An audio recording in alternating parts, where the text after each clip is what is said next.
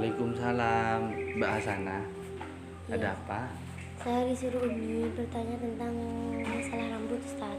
Iya, kenapa dengan rambut? Rambut yang jatuh dalam keadaan hadas ini hukumnya gimana, Pak Ustaz? Misalnya gini loh, Ustaz.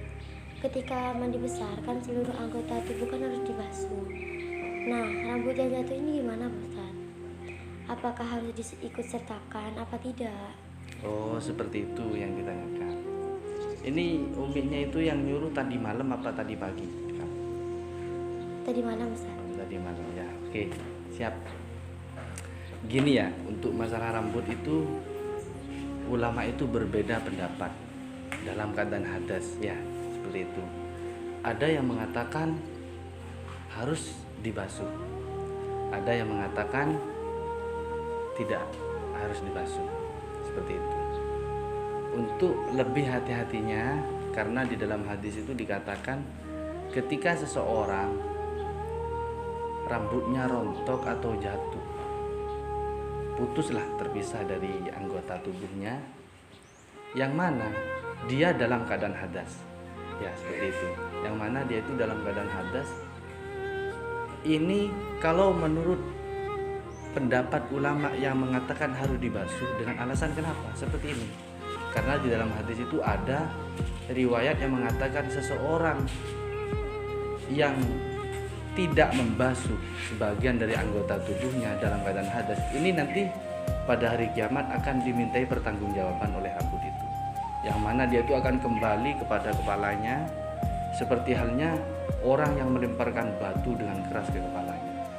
Makanya melihat seperti itu, ulama mengatakan oh ini harus dibasuh karena dampaknya nanti di hari kiamat itu akan menyiksa pada seorang yang punya hadas tadi.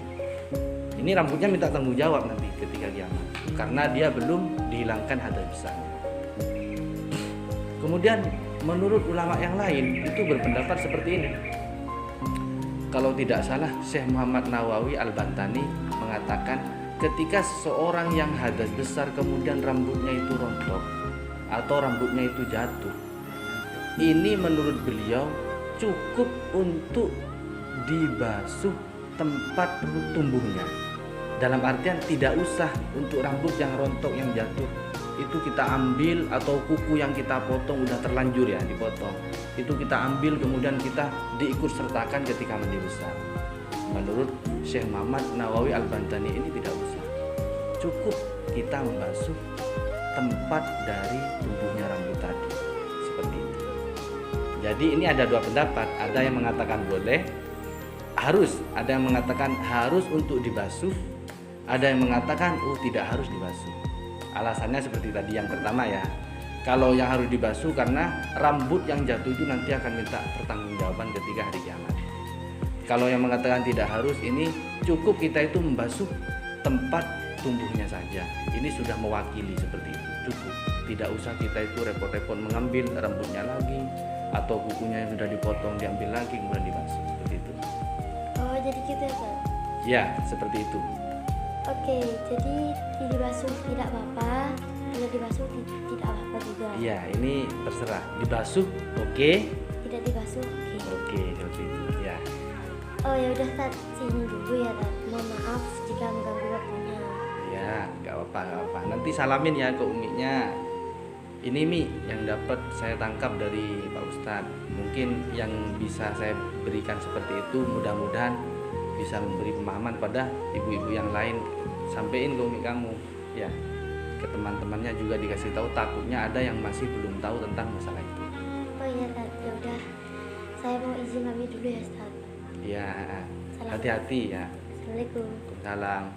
Kepada teman-teman Madrasah Diniyah Hikmah, minta dukungannya, subscribe, komen dan share pada channel kami Safari Bangkalan Official. Oke teman-teman, dan tidak lupa kepada setiap teman-teman seluruh Bangkalan khususnya yang berada di titik-titik daerah Klampis ini, minta dukungannya, jangan lupa di subscribe juga, di komen dan di like, karena ini akan membantu banget untuk kesuksesan Safari Bangkalan Ramadan. Jangan lupa channelnya adalah Safari Bangkalan Official. Oke, siap. Makasih. Kurang lebihnya mohon maaf. Assalamualaikum warahmatullahi wabarakatuh.